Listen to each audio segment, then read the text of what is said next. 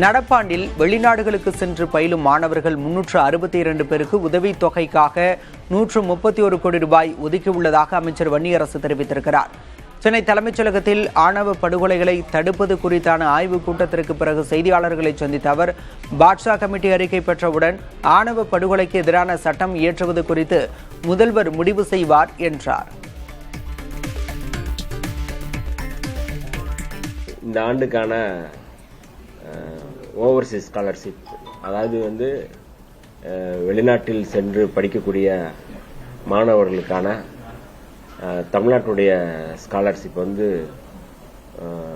362 பேருக்கு இந்த ஆண்டு நாங்கள் ஒதுக்கி இருக்கிறோம்.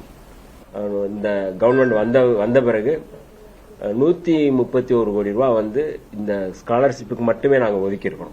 கேஎன் பாட்ஷா அவர்கள் இன்னும் 9 மாதங்கள் எக்ஸ்டெண்ட் பண்ண கேட்குறாங்க. இந்த ஆணவ படுகொலை தொடர்பான அந்த சட்டம் இயற்றுவதற்கு முன்பான இந்த அறிக்கையை பெற்றுக்கொண்டு அந்த அடிப்படையில் இது முதல்வர் அவர்கள் இது தொடர்பாக அறிவிப்பு செய்வார்கள்.